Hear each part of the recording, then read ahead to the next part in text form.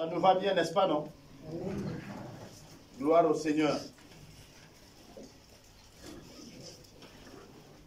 Nous avons la Sainte Seine ce matin. Je voudrais donc partager comme ça ensemble le sujet du jour, qui aura donc pour thème, ou qui a pour thème, le pouvoir de la parole.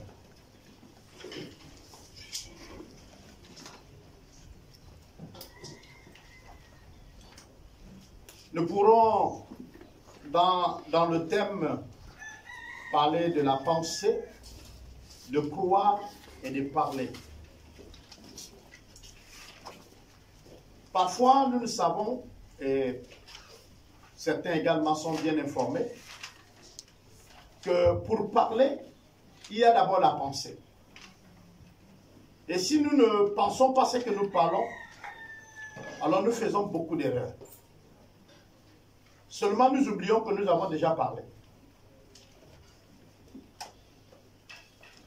Et la Bible est beaucoup remplie des situations que nous pouvons donc voir qui étaient bonnes ou mauvaises par la parole. Elle nous montre que les gens n'avaient pas pris des armes, mais la parole seulement avait fait des faits qui sont même parfois plus élevés que les armes. Nous avons l'histoire de Jéricho, quand Israël devait donc conquérir cette ville qui était tellement fortifiée. Ils n'ont pas d'abord eu l'usage aux armes, mais c'était à la parole. Le Seigneur les a demandé de marcher autour de la ville pour un temps, et ensuite ils devaient pousser un cri. Et c'est ce cri-là qui devait en réalité accomplir ce que Dieu les avait déjà dit, donc faire fondre ou casser les murs pour que les soldats rentrent dans la ville pour pouvoir conquérir. Amen, amen. Et nous aurons donc pour les versets bibliques de base, le premier, ce serait dans le livre de Jean. Nous pourrons regarder ce que ce livre nous dit. Ce matin, nous voulons lire Jean.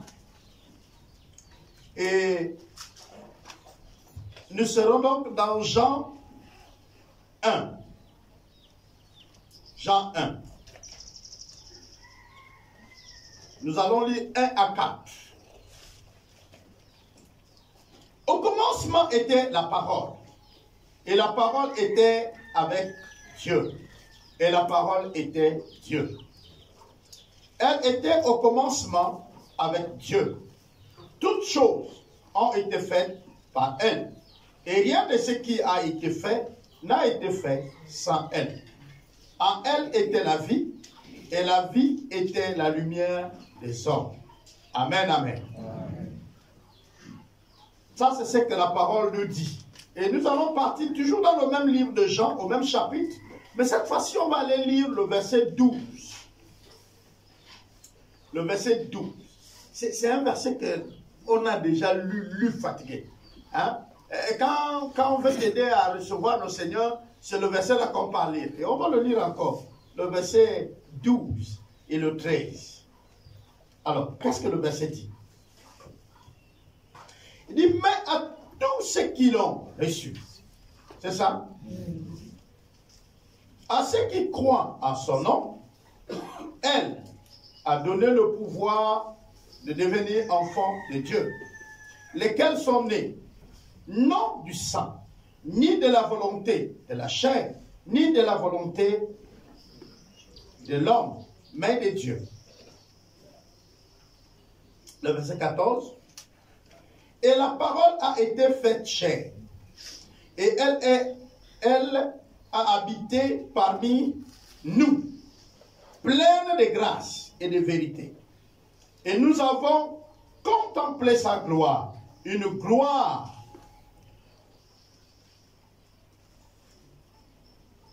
comme la gloire du Fils unique venu du Père. Amen, amen. Alors ici, quand on lit ce verset, il me révèle les choses vraiment difficiles. et profond. Alors, qu'est-ce que ce passage nous dit? Il dit au commencement, c'était la parole. Et la parole était avec Dieu. Et la parole était Dieu. Seulement cette parole a créé toute chose. Toute chose a eu vie par elle.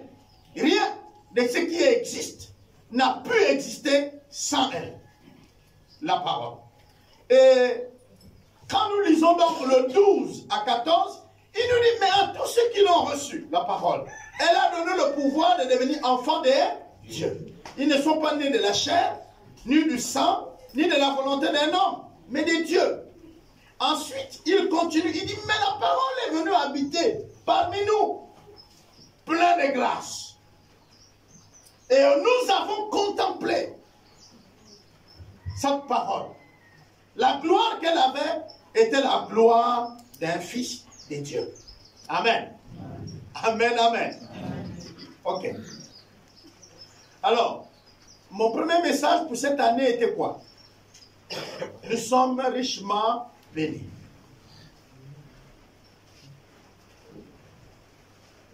C'était dans le livre d'Éphésiens, n'est-ce pas, non? Nous sommes bénis. Et par conséquent, nous ne cherchons plus les bénédictions. Parce que nous sommes des hommes et des femmes bénis. Il est écrit, il nous a bénis de toutes sortes de bénédictions dans les lieux célestes. Et nous sommes allés vraiment découper à l'intérieur. J'avais pris le temps, on avait assez du temps. J'ai débordé même du temps. Je piétinais sur l'autre culte pour expliquer en petits détails c'est quoi une bénédiction. Et aujourd'hui, je viens nous parler du pouvoir de la parole. Voyez-vous, nous en tant que les hommes de Dieu et les femmes de Dieu, je vais parler de nous tous ici, enfants de Dieu, nous ne mesurons pas parfois la capacité ou la puissance qu'il y a dans nos paroles. Mais nous ne comprenons pas que les choses ont eu vie par elles. En fait, sans la parole, il n'y a pas la vie. Toute chose a commencé par la parole, avec la parole et pour la parole. Je pourrais nous laisser lire également Genèse 1. Vous allez lire à la maison, hein, parce que c'est de 1 à 22.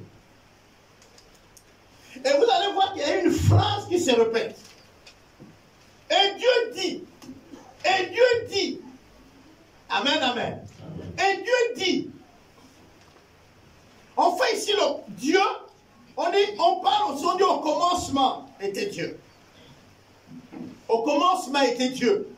Dans Genèse, on nous dit au commencement était Dieu. Dans le livre des Jean, on nous montre qu'au commencement était Dieu. Et Dieu était avec sa parole. Et tout a été créé par la parole de Dieu. Et le livre de Genèse nous détaille comment ça se faisait. Dieu était là et il parlait. Et dans le livre d'Éphésiens 4 que nous avons lu, il nous a bénis de toutes sortes de bénédictions. Nous avons compris qu'en réalité, Dieu nous avait fait quoi? Il nous avait élus. Et nous avait prédestinés à être dans son projet d'amour. Je suis en train de paragrapher, n'est-ce pas?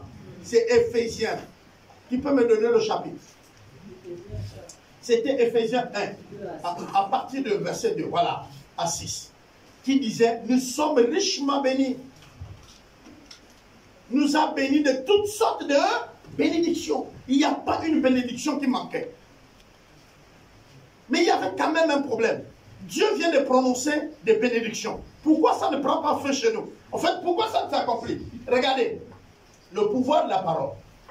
Dieu se lève un matin, on dit qu'à la surface des eaux, c'était la Bible. On est d'accord? Donc les ténèbres. Et Dieu, un bon jour, décide, il dit, bon, c'est aujourd'hui qu'il va commencer la création. Je sais que si vous faites l'histoire, vous allez vouloir sortir en 1900. Non, laisse ça, c'est le commencement. J'ai envoyé chez les pasteurs une histoire hier nuit. Et je pourrais vous envoyer si vous êtes connectés. Vous allez voir qu'il y a quelqu'un qui se moque des scientifiques. Il a dit donc que les hommes étaient des têtards. Les têtards, ils sont devenus des poissons. les poissons ont mis au monde un enfant bizarre, mais l'enfant l'a quand même survécu. Donc c'était comme une bête des eaux. Et puis la bête là est devenue, a mis au monde le crocodile. Vous connaissez cette théorie? Et puis le crocodile, on ne sait pas comment il a fait, et puis le crocodile est sorti de la terre. Et puis le crocodile a mis au monde un rat ou un chat. Et puis le chat là a mis au monde un singe. Et le singe a mis au monde le gorille. Et le gorille, on ne sait pas comment ils ont fait, mais ils ont mis au monde un enfant, on va dire déformé, et c'est l'humain. L'enfant, en fait, on veut dire que nous sommes la malformation des singes. C'est-à-dire que si on était la bonne formation, on serait le singe. Mais la malformation, c'est-à-dire, c'est un enfant raté du singe. Voilà nous. Mais ça, c'est eux, hein. Et premièrement, eux, pas moi. Je ne suis pas. Bon, c'est aussi bête, mais il fallait bien qu'eux, ils disent quand même quelque chose. Ils ne peuvent pas voir aussi la nature comme ça, et puis elle laisse ça. Non, il faut qu'ils disent quelque chose quand même. Oh, c'est normal. Mais moi, je suis le fruit de la parole. Amen, amen. Amen.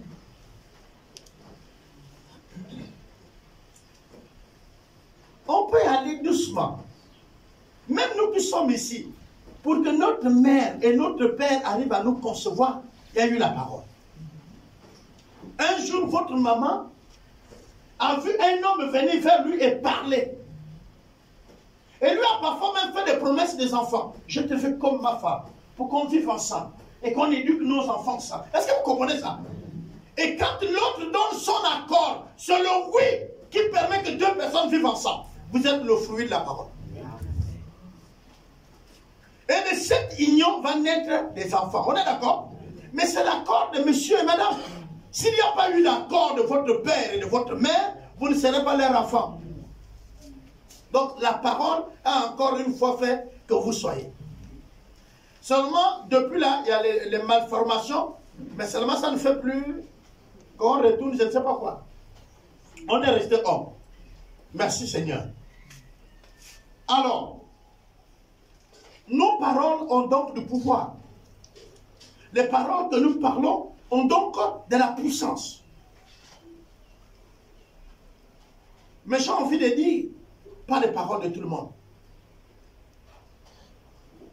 Pas les paroles de tout le monde. Tu peux avoir d'autres appuis, d'autres raccourcis pour que tes paroles puissent faire des faits. Ou il y a des esprits, pour parler clairement, qui peuvent se servir des paroles pour pouvoir permettre qu'elles s'accomplissent ou qu'elles travaillent.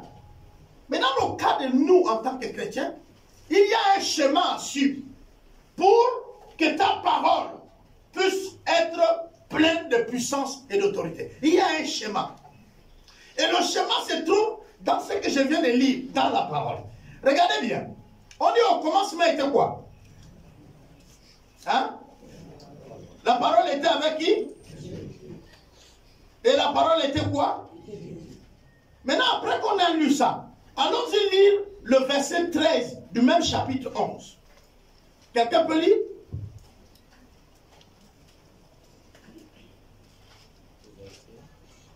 « 14 plutôt. Le verset 14 dit quoi? Quelqu'un peut lire? Nous sommes dans Jean, chapitre 1, verset 14. Il dit quoi? Quelqu'un a sa Bible ouverte? Il peut lire? Il dit quoi? Et la parole a été faite chair. Et la parole est devenue une chair. Et elle a habité parmi nous. Et elle a habité parmi nous. Pleine de grâce et de vérité. Elle avait la grâce et la vérité à elle. Et nous avons contemplé sa gloire. Et nous tous, nous étions en train de contempler. Une gloire comme la gloire du Fils unique venu du Père. C'était la gloire du Fils unique venu du Père. Amen, amen. Amen, amen. Amen. Amen.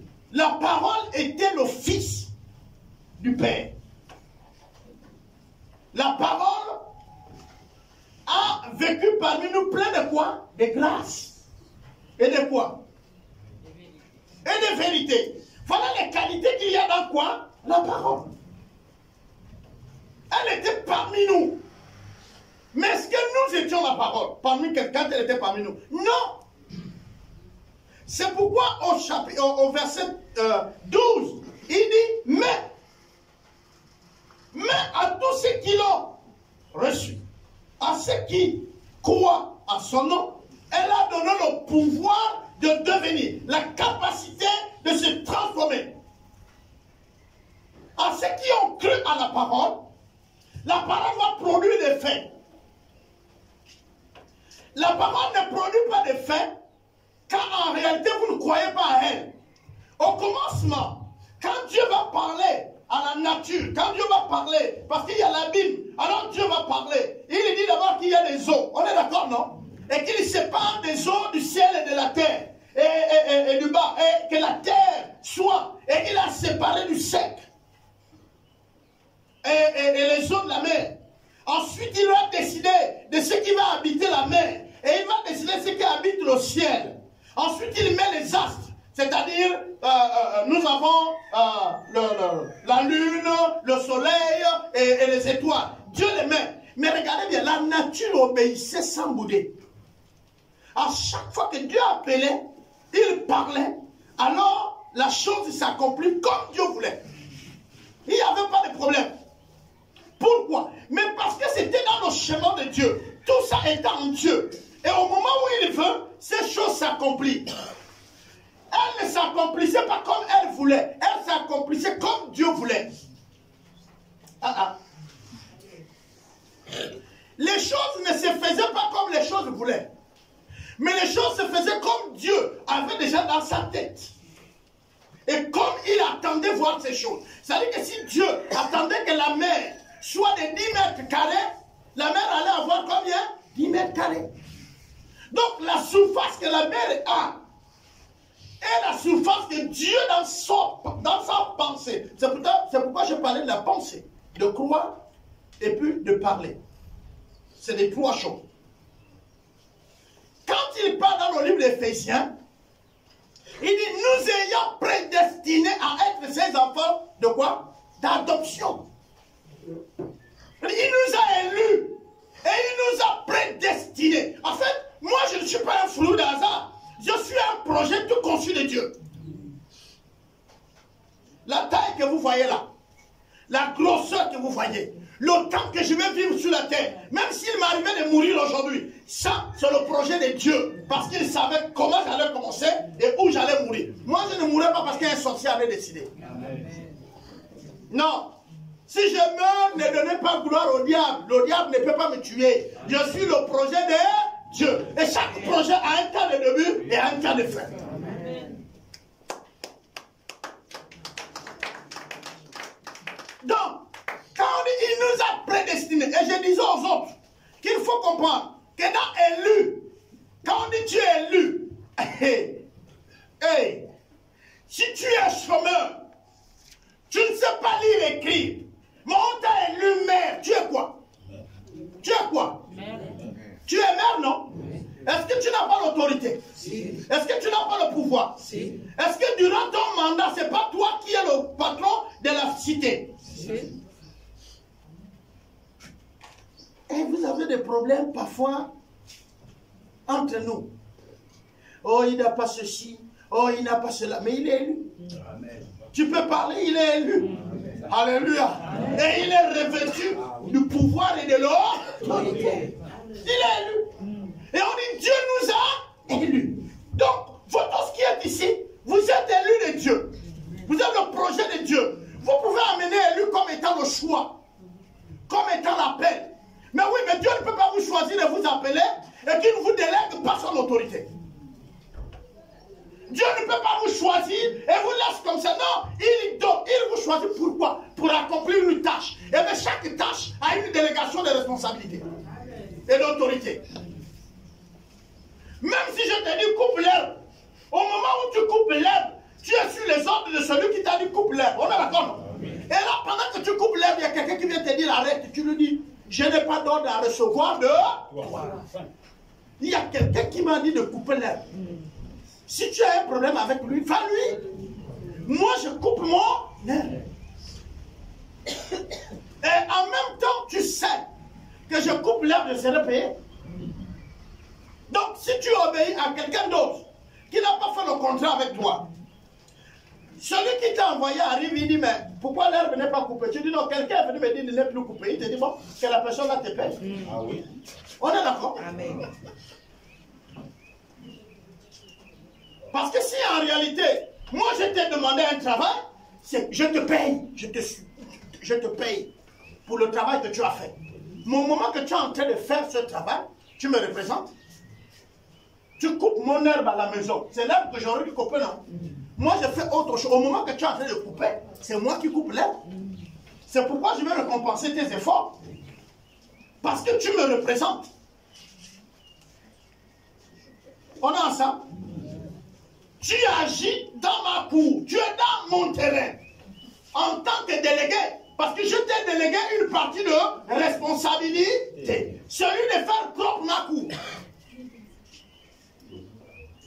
C'est bon? Et le livre d'Éphésiens dit, il nous a bénis de toutes sortes de bénédictions. Mais avant, quand vous allez continuer la lecture, il dit, je vous ai élu, je vous ai choisi avant la fondation du monde. Ça veut dire quoi? Ça veut dire qu'avant que le monde ne soit, Dieu réfléchissait. Dans la pensée de Dieu, il avait déjà la terre, il avait le monde. Est-ce que vous comprenez? Et moi, j'étais dedans. Amen. Amen, amen. Amen. Moi, j'étais dedans. Ouais, l'année où je suis né là, Dieu l'avait calculé. Il dit, il va être né en telle année. Et puis il a regardé minutieusement qui peut avoir la grossesse des palapayes. Il a choisi une femme. Alléluia. Et il a choisi l'homme. Et il a dit, si je le mets dans ce monde, c'est-à-dire dans cette famille-là, et considérez votre papa et maman, hein, parce qu'ils étaient le choix de Dieu. Amen. Même s'ils étaient païens, pour que tu sois ce que tu es, il leur a fallu. Donc Dieu les a choisis. Sérieusement, il a regardé toute la terre et il a vu que c'est eux. Et puis là, paf, tu es né. Les mamans et les papas qui font santé peuvent vous dire combien de fois l'enfant est menacé pendant la grossesse. Il peut quitter. Et là, Dieu lui-même a veillé sur vous. Et puis vous êtes né. Amen. Amen. Et quand vous êtes né, il a encore veillé. Vous êtes un champion malgré les fièvres, les varicelles, les rougeoles et tout le reste, vous voilà. Les autres sont tombés au front, hein, non? Vous connaissez, non? Vous avez encore quelques noms depuis la jeunesse. Vous courez ensemble, il y a les autres qui les balles prennent. Mais vous êtes là, amen. Vous êtes là parce que Dieu a un projet avec vous. Mais regardez bien, ce projet-là, quand il va l'accomplir, alors il va arriver un temps, le moment où tu vis ta vie, tu es païen, tu ne connais pas Dieu, hein, c'est ce que nous on appelle païen. Pour ne pas parler des origines, pour ne pas faire l'histoire sur les païens. Païen, c'est celui qui ne connaît pas Dieu. C'est appelé comme ça. Les autres peuvent faire des débats, mais on sait que c'est ça l'appellation aujourd'hui.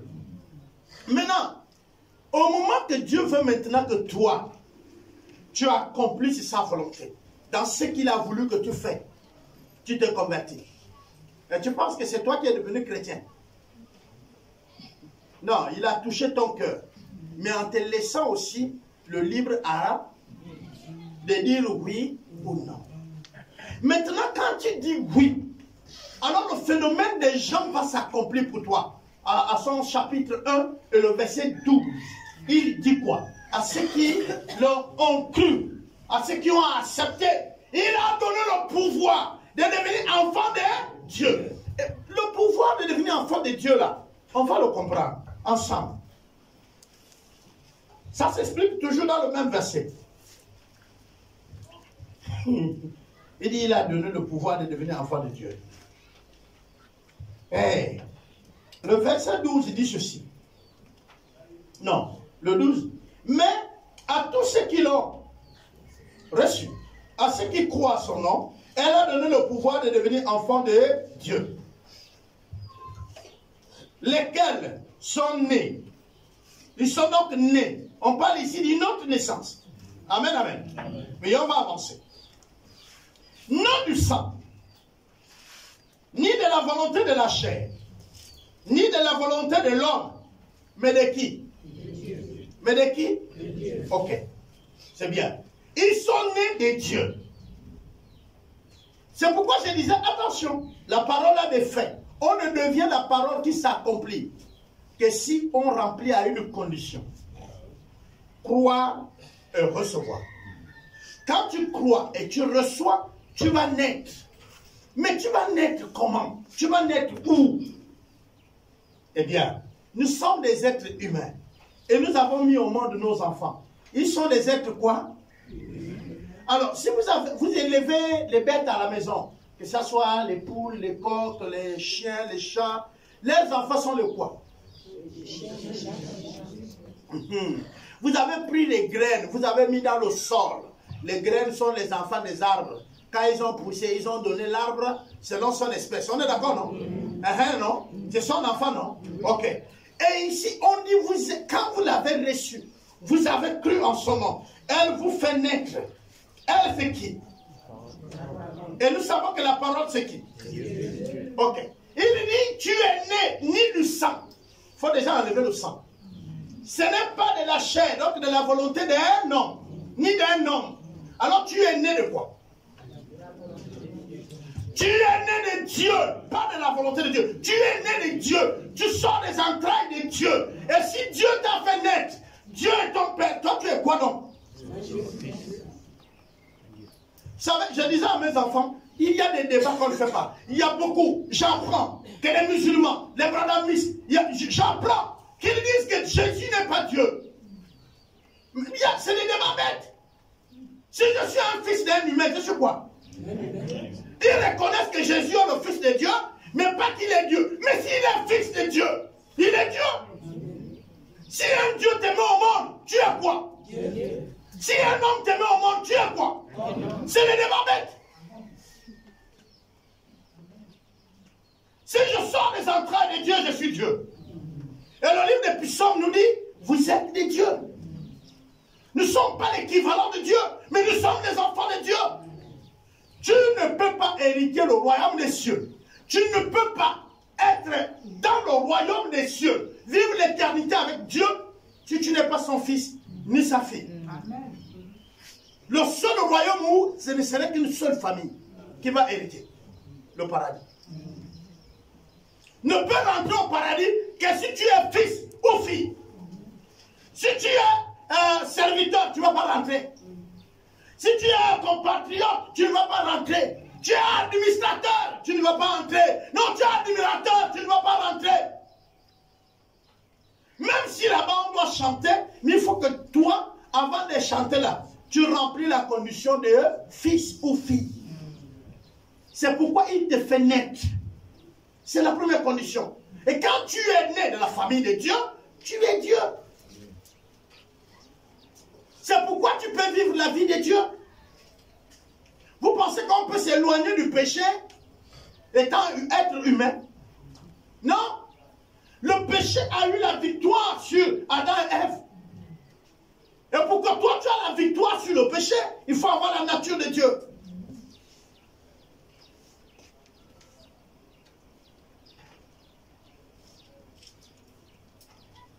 Et ça, c'est la parole qui le fait. Dès que tu crois, mais tu crois à quoi? Tu reçois quoi?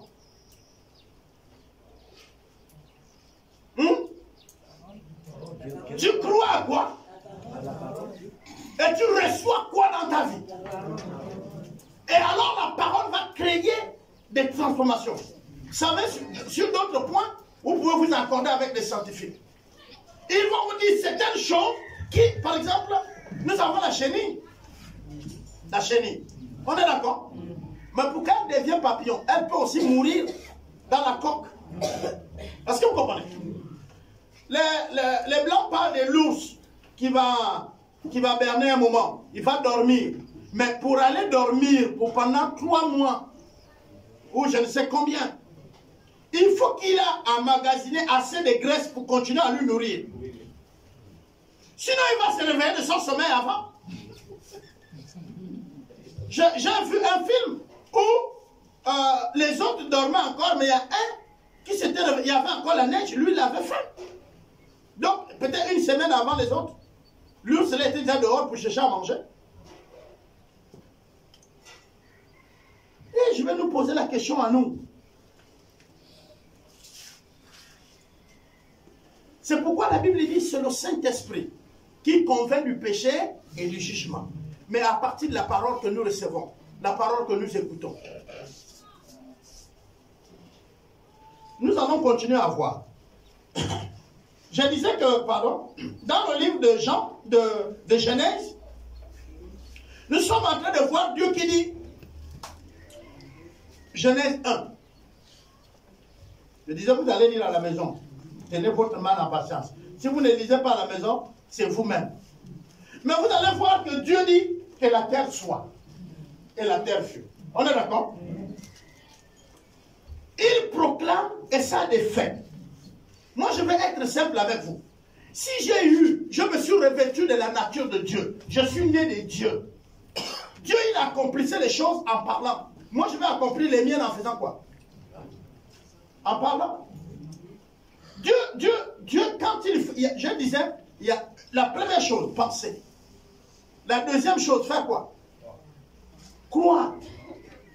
C'est-à-dire que tu es assis, tu penses à quelque chose, et il faut que tu crois que cette chose peut être vraie. Et ensuite tu parles. Aujourd'hui, il y a des pasteurs qui vous disent qu'il faut proclamer. Moi, quand je me lève pour aller travailler, c'est-à-dire pour chercher déjà à faire la chose, c'est parce que je sais que la chose là va s'accomplir. Qui a le pouvoir d'appeler à l'existence ce qui n'existe pas? C'est Dieu, non? Et il a dit, vous aussi, vous l'avez, non? Est-ce que Dieu a déjà fait ça? Mais oui. Oui. Moi, je me rappelle toujours du chant que mon grand frère Georges chantait. Il disait, quand Jésus dit oui, personne ne peut dire non. Quand Jésus dit non, personne ne peut dire oui. Amen. Alléluia. Amen. Oui, quand Jésus dit oui, vous ne pourrez dire que oui. Même si ta bouche va se fermer, tu vas dire oui, oui, oui. Ça me comprend. Tu vas dire oui. C'est pourquoi il dit, quand il approuve les voix d'un homme, même l'ennemi est disposé à le servir. Et souvent, nous-mêmes, on ne comprend pas. On dit, Seigneur, agis. Et puis toi, tu connais que non. Le gars qui habite à côté de toi, c'est un gros chrétien. Mais le voilà, il a payé 2 cartons de nourriture, le riz et tout. Il vient te donner. Et puis tu dis, oh, je ne mange pas les choses de la route. Non, il a disposé ton ennemi. Prends. C'est lui qui rend possible. Alléluia. Amen. Hey, faut prendre. L'élection arrive, non? Oui. Prenez. Vous ne mourrez jamais. Amen. Vous allez mourir de la mort que Dieu veut que vous mourrez.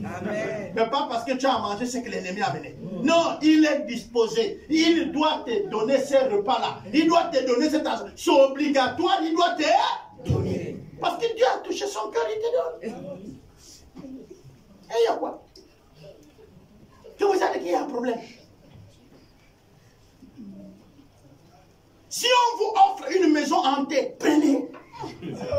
Oui. Alléluia. Amen. Prenez. La Bible dit que tout est sanctifié par celui qui est sanctifié. Amen. Oui. Quand tu vas rentrer dans la maison là, frère, la maison serait sanctifiée parce que toi-même tu es sanctifié. La maison est hantée parce que c'est la personne qui est hantée. Mais les démons ou les autres esprits qui sont dans la maison là, ils suivent l'homme qui habite la maison. Mais ils ne suivent pas la maison. Qu'est-ce que les démons ils font avec une maison? C'est la propriété de la maison qu'eux ils font. Donc s'il fuit la maison, il te dit prends cadeau. Prends. Alléluia. Et puis après prends, tu proclames les paroles. Et ça va s'accomplir. Tu as dit. Tu as dit. Que là où fleura la plante des morts, tu me le donnes en quoi? Ceci est devenu mon héritier. Voilà. C'est ça. Mais je dis qu'il y a toujours. Le principe c'est quoi? C'est de croire. Amen. Le véritable problème c'est que nous citons les paroles, mais nous ne les croyons pas. Nous ne croyons pas ça. Nous, parfois on dit même les paroles, on lit. Mais tellement, c'est si réel. Tellement c'est si vrai aussi. Qu'on croit que non, c'est pas vrai. Même le premier principe dans ce qu'on appelle sortir de la pauvreté pour être enrichi, le premier principe, c'est de croire d'abord en toi-même. Et en croire à ce que tu fais. Si tu ne crois pas, tu ne partiras pas de 1 à 2. Hier, j'ai envoyé encore à certains qui sont dans le groupe avec moi un message. Mais j'étais en train de dire ceci. Que la séparation à un certain moment est une nécessité. Sinon, Abraham n'allait pas se séparer avec l'autre. Mais se séparer n'est pas se diviser. On se sépare. Mais on pourra se retrouver encore devant. Vous savez que maintenant, quand l'autre avait les difficultés, qui est parti? C'est Abraham. Mais pourtant, ils étaient séparés sur un conflit à cause de la situation des bergers. Mais plus devant, Abraham va intervenir. Il va aller prier Dieu. Il va dire au Seigneur, épargne la vie. Est-ce que vous comprenez ça? Donc celui qui se sépare avec toi aujourd'hui pour un tenté n'est pas ton ennemi. Il n'est pas ton ennemi. Il peut être celui-là que Dieu va utiliser devant. Vous connaissez Joseph, non? La manière que les frères se sont séparés à lui, on ne pouvait pas imaginer que Dieu lui envoyait non seulement la grande ville pour réaliser le rêve qu'il avait eu de devenir roi, mais aussi de sauver la vie de ses frères quand ce serait difficile. Alléluia.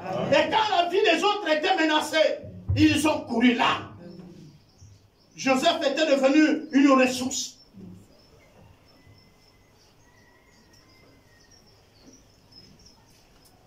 Le pouvoir de parole. Est-ce que nous l'avons? Oui. À tous ceux qui l'ont reçu, à tous ceux qui croient en son nom, elle a donné le pouvoir de devenir enfant de Dieu. Si vous êtes enfant de Dieu, vous êtes un Dieu. Et par conséquent, vous pouvez appeler à l'invisible ce qui est visible. Et au visible ce qui est invisible. Vous pouvez changer les temps et les circonstances. Donc attention à ce que vous dites à vos enfants. Attention à ce que vous dites aux frères. Même quand il n'est pas là, vous proclamez quoi sur qui? Si ton comportement ne me plaît pas, je dois proclamer ce qui va me plaire pour que ton comportement change. C'est ça ce qu'on appelle la prière. Le contraire, c'est les incantations. La prière, c'est que j'ai un leader. Je vais prendre le cas des leaders. Et la Bible dit priez pour vos leaders. On est d'accord? Pourquoi la Bible vous recommande de prier pour vos leaders? Parce que la plupart des temps, ils ne font pas ce que vous voulez. Hein, non? Donc, si vous priez pour eux, ils vont faire ce que vous voulez. Ils vont faire ce que le leader veut. Parce que vous allez appeler dans leur vie ce qu'ils n'ont pas. Seigneur, mon leader manque de patience. Donne-lui d'être patient. J'ai souvent l'habitude de dire aux gens, si Dieu te donne quelqu'un comme responsable, tu peux voir en lui, il est nul. Toi, tu as toutes les qualités. Mais frère, Dieu ne s'est pas trompé. Il y a quelque chose en lui qui fait qu'il est ton leader. Regarde bien. Et dès que tu découvres ça, tu auras la paix sur lui. Même en administration. Vous avez des diplômes. Celui que vous commandez, quand vous regardez, vous dites, attends. Ils ont trouvé lui là-haut. Et tu demandes aux autres à l'entreprise, tu dis, lui qui nous commande. Ça doit être encore cette affaire des parents et tout. Mais justement, tu reconnais donc qu'il a les parents plus que toi. Mais si ses parents l'ont amené à être plus haut que toi, accroche-toi à lui pour que toi aussi tu sois plus haut par le même canal de ses parents. Il a quelque chose donc plus que toi.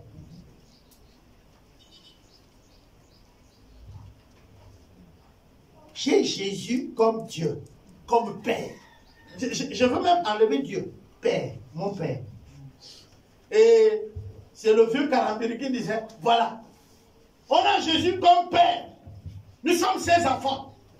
Mais on est tout le temps dans les grèves.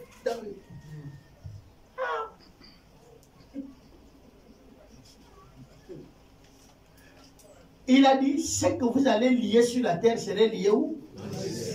Pourquoi il dit au ciel? Pourquoi vous liez sur la terre et puis c'est lié au ciel? Parce que vous êtes les citoyens célestes.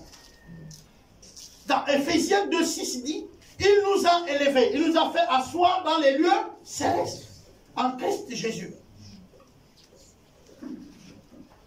Assis à côté de Jésus, dans les lieux célestes. On enseigne ça dans le cadre du combat spirituel, n'est-ce pas, non? Mais si nous sommes assis dans les lieux célestes avec Christ, Christ il est assis dans les lieux célestes, pourquoi?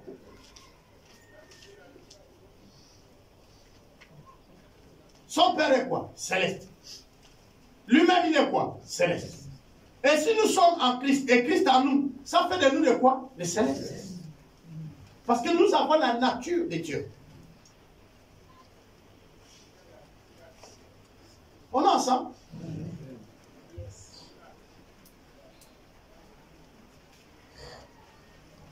Regardons le verset de Matthieu 12. Matthieu 12. Matthieu 12.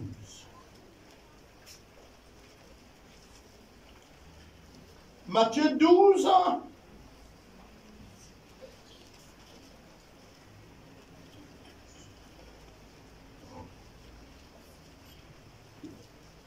On va lire 37.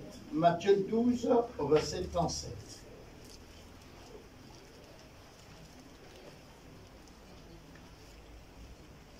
Car par tes paroles, tu serais justifié.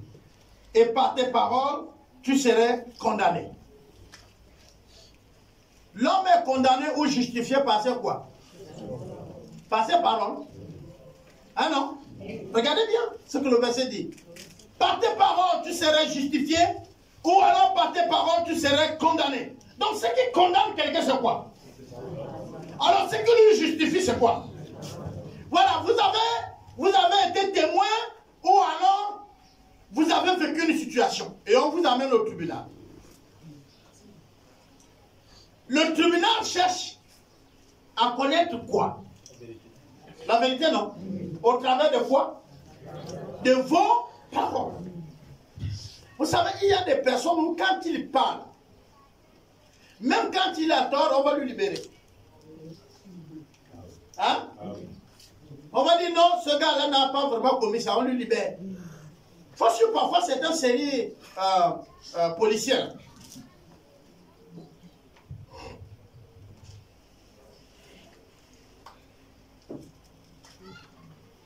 Par ses paroles. Ok?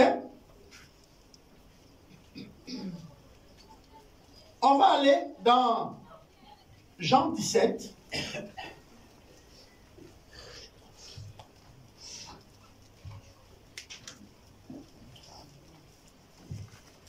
Jean chapitre 17.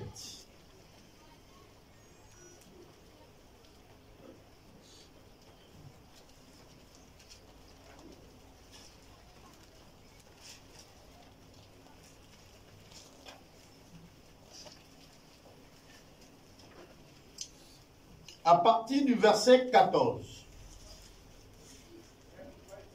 Il dit quoi? 14, 17, 14.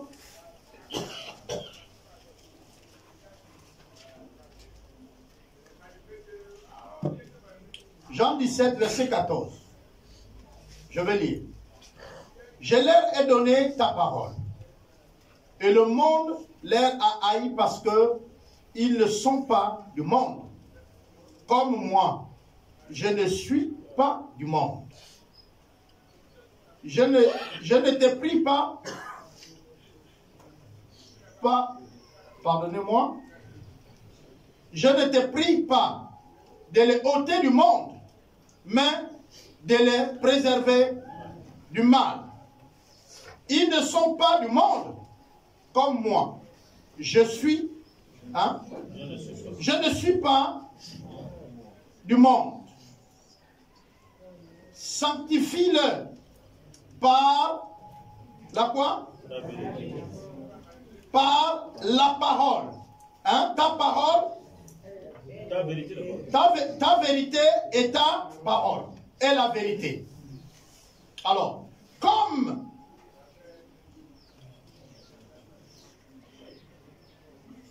tu m'as envoyé dans le monde, je les ai aussi envoyés dans le monde. Et je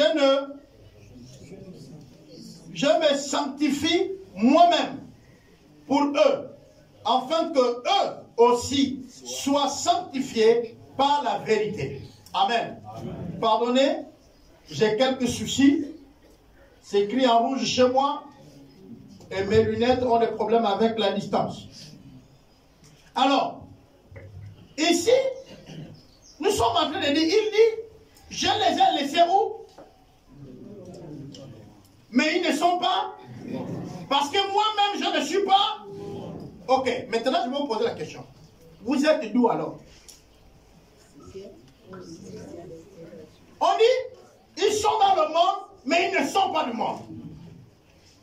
C'est pourquoi j'étais en train de vous dire, la nature qui vous est conférée, au moment où vous avez accepté Christ, c'est la nature céleste, par l'acceptation de Dieu. Et ça vous qualifie à être des êtres célestes. C'est les dieux. Dieu ne vous a pas fait des anges. Vous n'êtes pas des anges. Amen. Il vous a fait ses enfants. Même dans le livre des Éphésiens, au chapitre 1, il dit, il nous a prédestinés à être ses enfants d'adoption. Ok. Et là encore, si on va plus bien, plus loin, vous avez beaucoup qui ont étudié. Quand un Américain vient adopter un enfant en Afrique, l'enfant est d'abord devenu quoi? C'est qu'il lui donne le droit de faire quoi? D'aller en Afrique. Et pourtant, nous tous, on voit qu'il est né au Gabon. Il a la peau noire. La première chose qu'il va faire, c'est les papiers d'adoption. Qui confère à l'enfant quoi? La nationalité. Cet enfant-là doit quitter le Gabon pour aller vivre dans sa nouvelle. Qui est quoi? Et désormais, à l'Amérique, il a tous les droits des Américains. C'est vrai, quand vous le regardez, tu peux même lui appeler, pas pour nous, c'est toi. Je connais ta mère, je connais ton père. C'est toi, pas pour nous. J'étais là avec toi. Mais les documents américains disent que le petit est quoi? Tu peux essayer de le réduire. Toi qui es né à un Djangoulou comme ça, américain de quoi? Mais le petit, il a adopté. Il est quoi? Américain. Tu peux tout faire. Tu peux sauter. Ça ne changera plus sa nature. Il est américain. Né au Gabon, mais il est américain. Vous êtes né sur la terre, mais vous n'êtes pas de la terre. Vous êtes des citoyens célestes. Il faut vous comporter à un être céleste.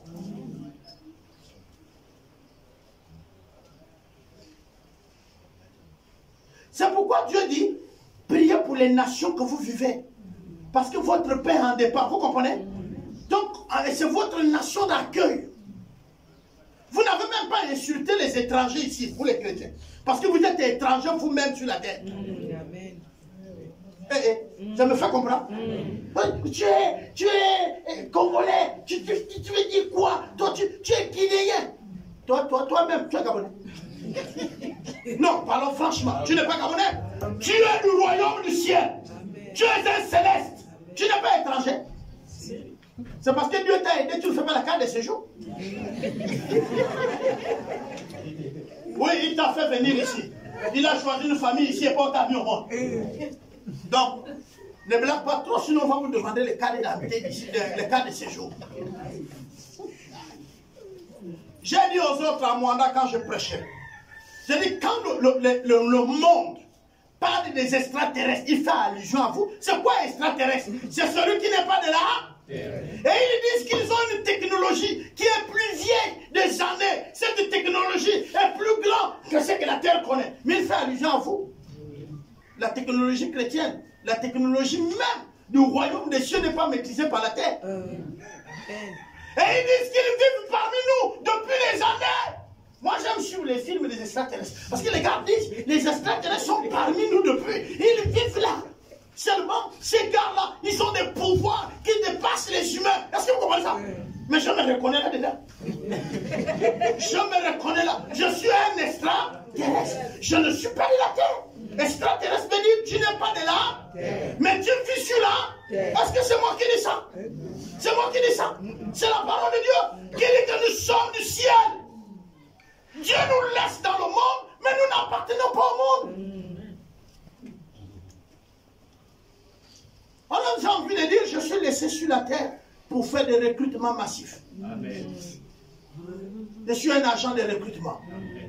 Je suis là pour que ceux qui ont oublié le verset ciel se rappellent qu'ils viennent du ciel. Et donc je suis là pour leur dire, nous sommes du ciel, bien-aimés. Quand vous partez prêcher l'évangile à un fils d'Abraham qui est perdu, dis-lui, frère, rappelle-toi, fouille dans ta tête. Tu n'es pas appelé à tourner dans la boue. Dieu veut que tu te rappelles que tu es du ciel. Ne viens pas lui dire, tu es condamné, tu vas en enfer. Non, Dieu l'a prédestiné à être sauvé. Il n'est pas fait pour aller en enfer.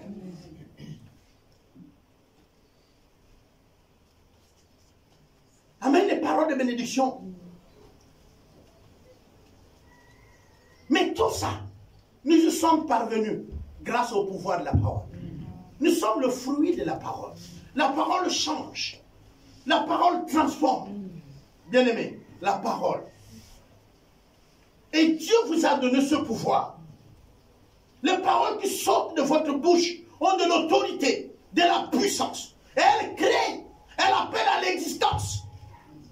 Commencez à regarder vos enfants comme les futurs milices ici. Commencez à regarder vos enfants comme étant les futurs cadres. Proclamez les paroles. Dis à ton enfant, tu serais toi, un sénateur que le Gabon n'a jamais reconnu. Et tes connaissances seront même au-delà du Gabon. Si on demandait, permettez-moi d'ouvrir cette brèche, si on demandait à la mère de Mourancho que ta fille va faire l'école même à d'autres constitutions, vous êtes sûr que la mère allait dire Amen? Hein? Mais nous tous nous connaissons qu'elle est un modèle. Je ne parle pas des gens qui ont sauté l'école. Tu reprends, c'est pas un, c'est pas un, c'est pas un. Tu as vu que tu as trop d'urine, tu changes d'école. Je ne parle pas de ça. Ceux-là, ils ont les vides juridiques. Quand tu sautes là, il y a quelque chose qui manque ici. Et ça te rattrapera au bas. Voilà. Tu frappes zéro, frappe zéro, frappe zéro. Oui. Ça rattrape. Hein? Parce qu'il y a certaines règles que tu n'as pas vues. À cause de sauter. Hein? Quand tu sautes là, ça manque. Tu sautes, ça manque. Tu arrives devant, tout ce que tu as sauté là, c'est là. Ah oui, c'est là. On te dit 1 moins 2 plus 17 égale combien? Puisque tu avais sauté 17. Tu dis, oh, il y a aussi 17. Voilà. Mais moi je parle de celui qui, malgré la diversité, malgré c'est dur, mais il est là, il cogne. Vous comprenez, non? Oui, oui, oui, oui. On récompense tes sacrifices. Ton salaire est l'équivalent de tes sacrifices. Il ne faut pas envier l'autre qui a fait les sacrifices. Toi, tu n'as rien fait. Dieu, même sur la natte, il passe, tu l'envies. Pourquoi? Lui, tu sais, pendant que tu mangeais, lui, il souffrait. Maintenant, c'est 100 ans de... Vous connaissez l'histoire du riche, non? Et Lazare, non? Vous êtes maintenant en train de vivre ça quand tu vas avoir 50 ans. Le gars qui peinait pour étudier, qui souffrait, que tu te moques là, il passe là, et l'étudiant qui avait les chaussures percées là, tu te moques de lui, non? Ta mère avait tout mangé. Tu sors même à la terrasse, et voilà, il n'y a pas de problème. L'avenir grave. Parce que maman, Dieu va l'enlever. Papa, Dieu va l'enlever. Il vous laisse maintenant match 1-1. L'étudiant et toi. Tu comprends, non? L'étudiant a terminé. Tu le vois, il passe et dans une nouvelle voiture, de nouvelle génération. Maman t'a laissé un truc qu'il faut toucher.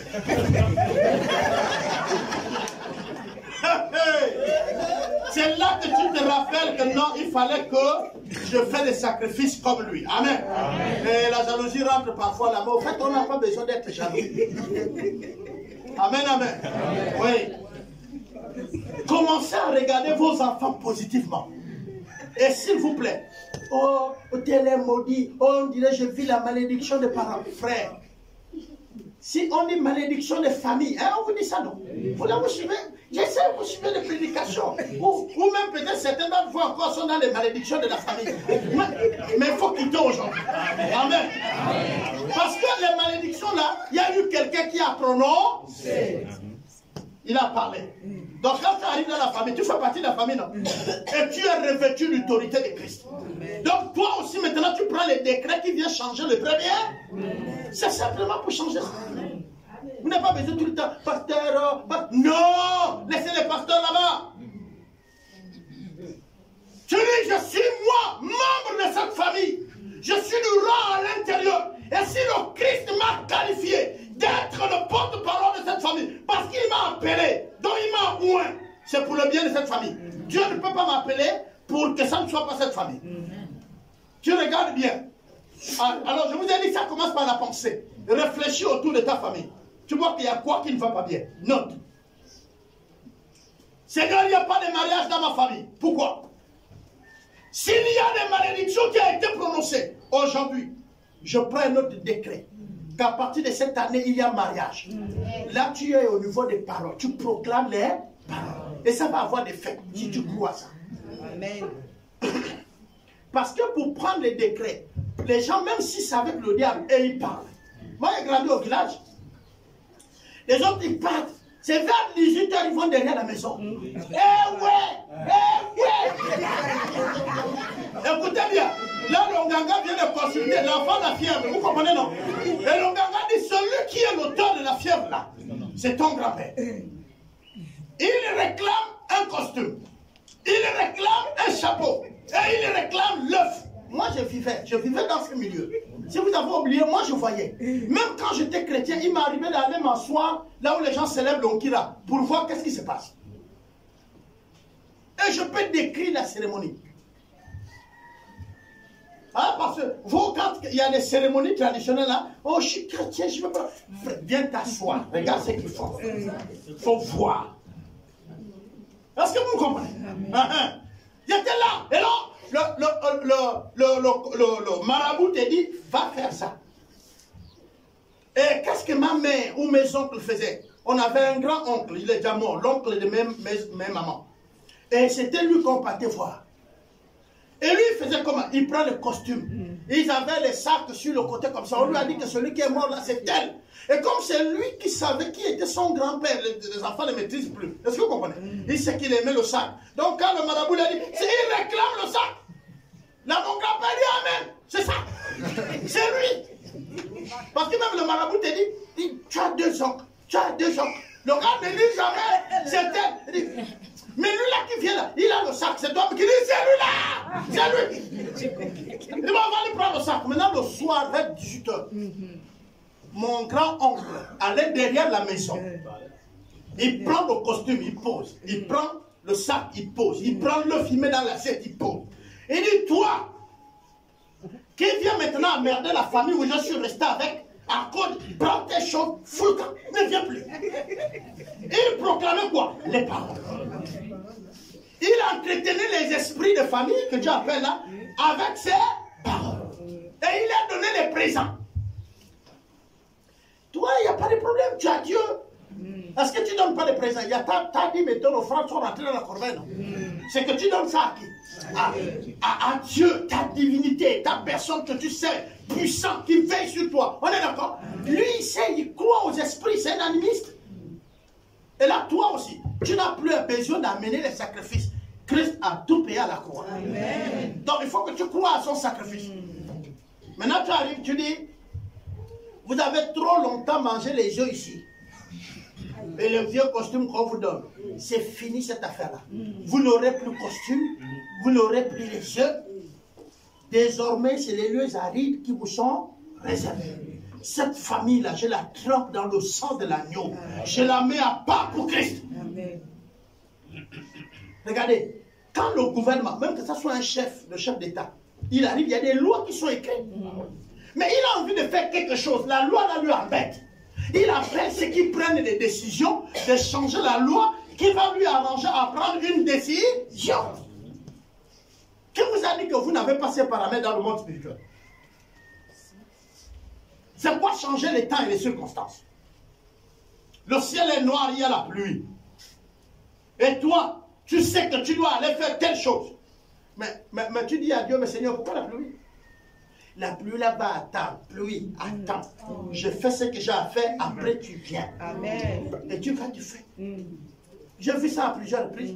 La pluie obéit bien. Mais est-ce que tu crois?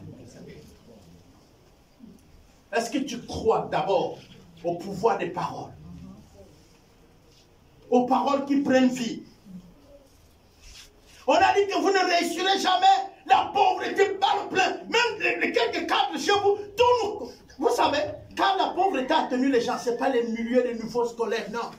C'est-à-dire que le gars est même bien payé, mais il est pauvre. Vous n'avez jamais vu ça? Il est toujours là au tchocha. Tu lui regardes même, ça c'est un problème. Et là, tu lui dis, reçois ta transformation. Il faut qu'il change. Ça commence ici. Hein, non? Amen. Tu prends conscience de qui tu es. Mais il y a des gens qui ne prendront pas conscience si vous ne priez pas pour eux. Vous priez pour que les gens deviennent conscients. Vous priez pour que les gens deviennent responsables. Nos aînés ne sont plus responsables dans nos familles. Amen. C'est les enfants, c'est les plus petits que eux qui essaient de lutter. Les grands là maintenant, on ne sait plus qu'est-ce qui se passe. Tu as un aîné, tu lui dis, mais grand, on vient de perdre quelqu'un. Il dit, oh, mais ça c'est vos problèmes. Et s'il vient même au malheur, les réunions de famille et tout le reste, il s'en fout. Il est même parfois, il vient bourrer.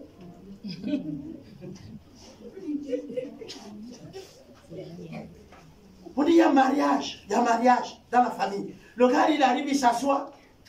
Tout ce qui se passe là, vous lui dites, mais c'est toi l'aîné. Il dit, à quoi? C'est le mariage. Ah. Ah. Et c'est toi le petit qui se tape le boulot. Moi, j'avais des oncles bizarres. Je bénis le Seigneur qui sont morts tous.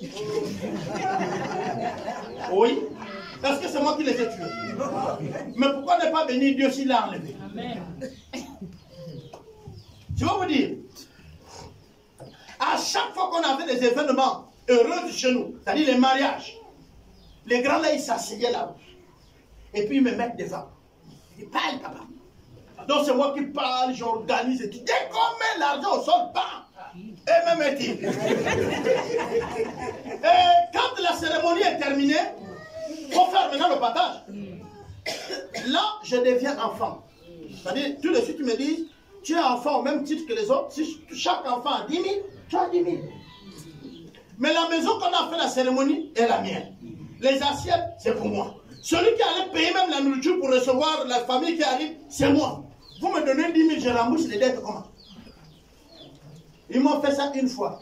Ils m'ont fait ça 2 fois. La 3e fois, dès qu'ils sont venus, papa, il y a un mariage. J'ai dit, cette fois-ci, on fait chez vous. Je viens. On fait chez vous, moi je viens. Les gars, ils ont pocheté chez eux là. Il n'y a même pas là où s'asseoir. Je vous annonce que jusqu'à aujourd'hui, cette fille ne s'est pas mariée. Le mari est mort. Il n'y a pas eu mariage. Parce que moi aussi, j'ai tenu tête que ça passe chez moi. Je suis le neveu. Vous êtes les pères de ces enfants. Vous les organisez le mariage chez vous. Et moi, je viens. Je suis resté là. Le mari est mort. Ils ne se sont jamais mariés. Vous me comprenez? J'avais dit non, non. Vous comprenez le pouvoir de parole? J'ai dit non. Et puis c'était non. Je suis en train de vous dire qu'elle n'est jamais mariée. Parfois, nous sommes en train de vouloir accuser tout le monde. Or, c'est toi-même qui as sorti une parole. Tu ne te rappelles pas? Tu as dit quoi de ta maison? Tu as dit quoi de ta famille? Hey, les Gabonais, vous dites quoi du Gabon? C'est un pays quoi? Pourri. Ces choses ne changeront plus. C'est vous qui le dites. C'est vous, reconnaissez. Et demandez pardon à Dieu de ce que vous proclamez pour votre propre nation. Non, le pays est foutu. Mais c'est un pays où on ne comprend même plus. Hein. Même ceux qui dirigent ne peuvent rien. Et ça sort des bouches des chrétiens. Et après, quand la nourriture ne vient pas ou le carburant, nous tous sommes chauds. Ce que vous allez lier sur la terre serait lié où? Qui a lié alors? C'est vous. Vous avez dit que ça ne changera pas. N'est-ce pas, non?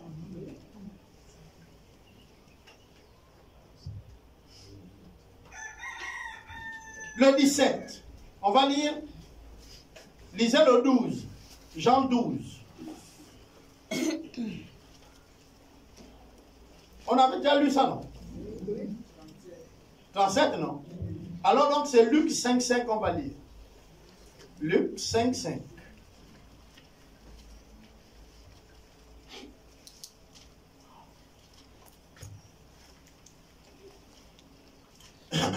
Il dit quoi, Luc 5,5? Quelqu'un déjà à la page? La parole de Dieu dans Luc 5,5. Et moi je répondis, mais nous avons travaillé toute la nuit, sans rien prendre. Mais sur ta parole, je jeterai le filet. Amen, amen.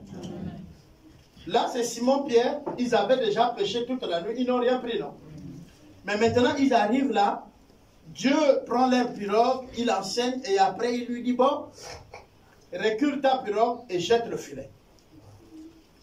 Lui, c'est un expert de la pêche. En fait, je sais qu'on peut dire non, expert, c'est celui qui a un tel nombre de diplômes et tout. Mais laissez-moi vous dire, il est expert. Lui, il est toujours sur l'eau. Un expert n'est pas celui qui étudie la pêche, c'est celui qui fait la pêche. Voilà. Parce que tu étudies la pêche, tu dois le faire. Tu es expert en quoi? La pêche, c'est une méthode. Vous savez, la pêche se fait sur les lacs, les rivières, et ça se fait avec les appâts. Tu parles le matin au soir, tu manges le poisson. Pendant que tu parles, moi je mange le poisson. Le pêcheur, c'est toi ou c'est moi? Alors, c'est comme, on est là, tu me dis non, j'ai un doctorat en théologie. Moi, je vais dans les villages pour annoncer l'évangile, les gens sont convaincus. Toi, tu as ton doctorat. C'est qui fait l'œuvre de Dieu? Qui obéit au principe, allez. Et je vous dis, ces derniers temps-là, l'école, ce n'est pas les bancs. Vous savez ça, non? L'école, ce n'est plus les bancs. C'est fini, ça. Vous allez payer 300, 400 000 pour faire une année, 9 mois, n'est-ce pas, non? Sur les bancs. Moi, je paye 2 millions pour apprendre seulement en une semaine. Vous comptez mon prix avion. Vous comptez mon prix hôtel. Pour une semaine, j'apprends un module, je reviens. Entre ton école et mon école, qu'est-ce qui a coûté cher? Toi, tu as 9 mois pour 1 million. Et moi, j'ai 1 million le trimestre. Je voyage 3 fois dans l'année. Ton école et mon école, qu'est-ce qui a coûté cher? Demandez à ceux qui font des grandes écoles. Quand un grand vient de les enseigner une connaissance, combien on lui paye la semaine quand il vient? Ils ont des professeurs qui enseignent des modules. Les papas politiques sont là. Ils vont dans d'autres universités et ils viennent. Demandez-leur. Quand ils partent, on lui loge dans quel endroit? Ils mangent quoi? Ils vont à Port-Gentil. Rien que le Gabon, ils vont à Port-Gentil. Ils sont logés où? Faites un tour. Allez-y manger dans le restaurant qu'ils mangent à Port-Gentil. Tu serais pauvre le soir. Est-ce que vous me comprenez? Donc, toi, tu es à l'université, tu es assis. Moi, ce que tu vas faire en une année là, je fais ça le trimestre, la dépense. C'est la nouvelle méthode d'apprendre. Hein? Et on apprend quand on va dans d'autres pays. La tête s'ouvre. Tu arrives à un endroit, paf. Vous savez, tu arrives dans une ville, tu découvres la culture des gens. Tu découvres comment ils mangent. Tu vois comment ils font. Ça, c'est l'école aussi. Et c'est ça la nouvelle école. La nouvelle école, c'est maintenant là, dehors là. Est-ce que vous comprenez? C'est ouvert. Ça vient booster ici. L'école où tu as honte, dans la salle, tu es le seul qui a le costume. Comme j'avais eu honte.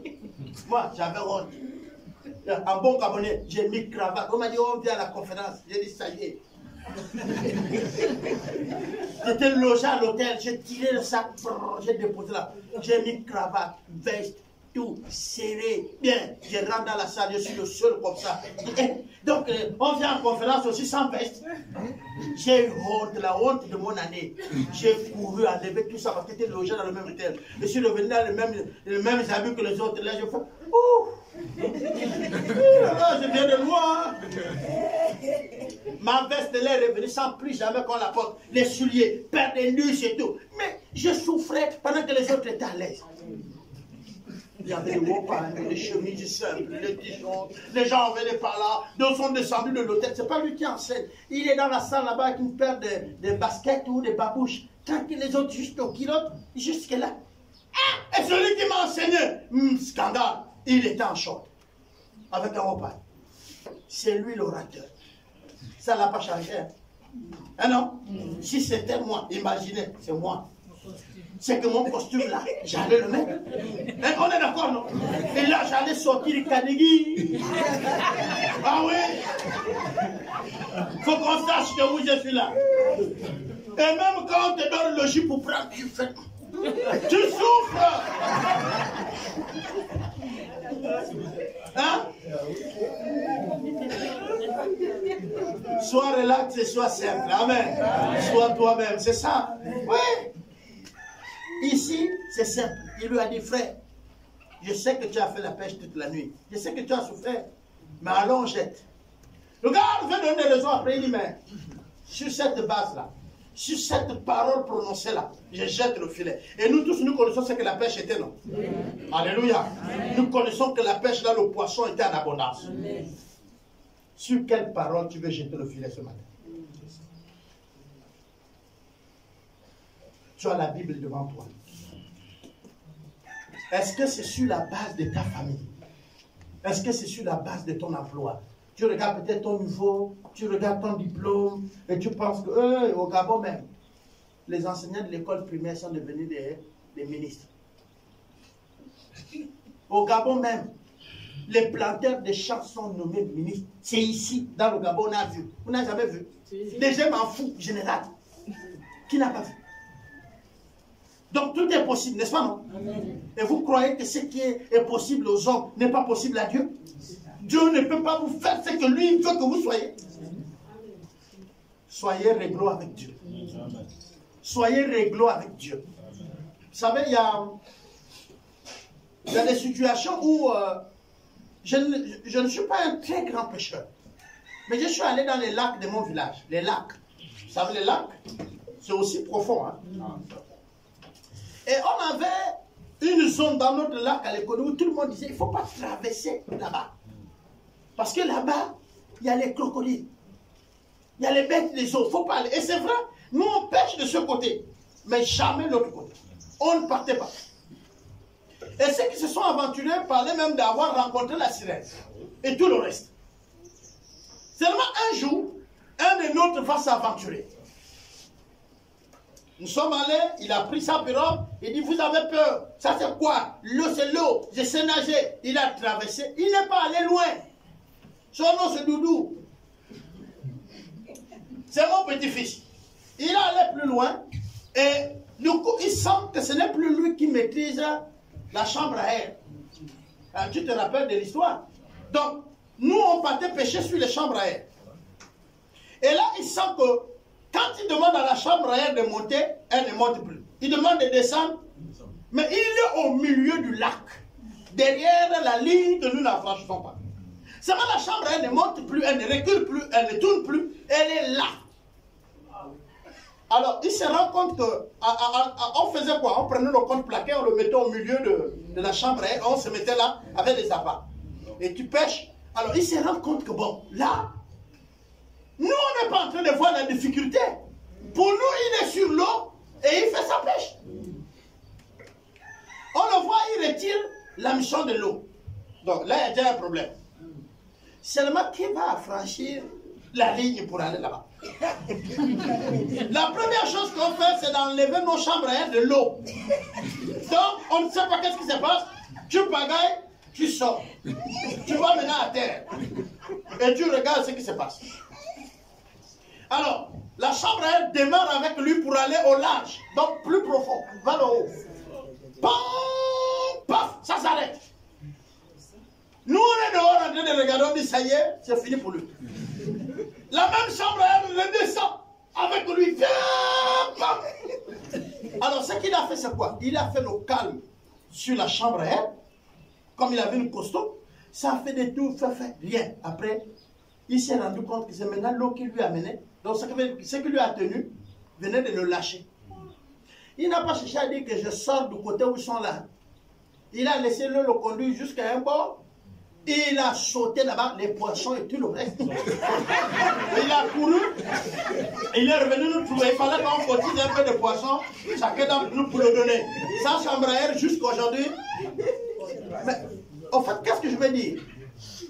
À un moment donné, il faut laisser Dieu contrôler notre vie. Amen. Parce que quand il t'a attrapé là, mon frère, tu ne peux plus rien faire. Lâche tout. Laisse-lui te conduire vers le bord où il veut. Amen. Amen. Il y a des choses que nous contrôlons. Mais quand Dieu a mis sa main dedans, tu ne peux plus. Il y a des gens qui ont joué. Quand Dieu, la parole de Dieu là, quand vous l'écouterez tourner dans votre cœur, quel que soit ce que vous êtes en train de dire, encore un peu du temps là, vous allez tomber à genoux et pleurer. Vous allez lâcher. Qu'est-ce que la parole te dit? Fais-le simplement et tu verras le miracle comme Pierre. Simplement. Prions le Seigneur.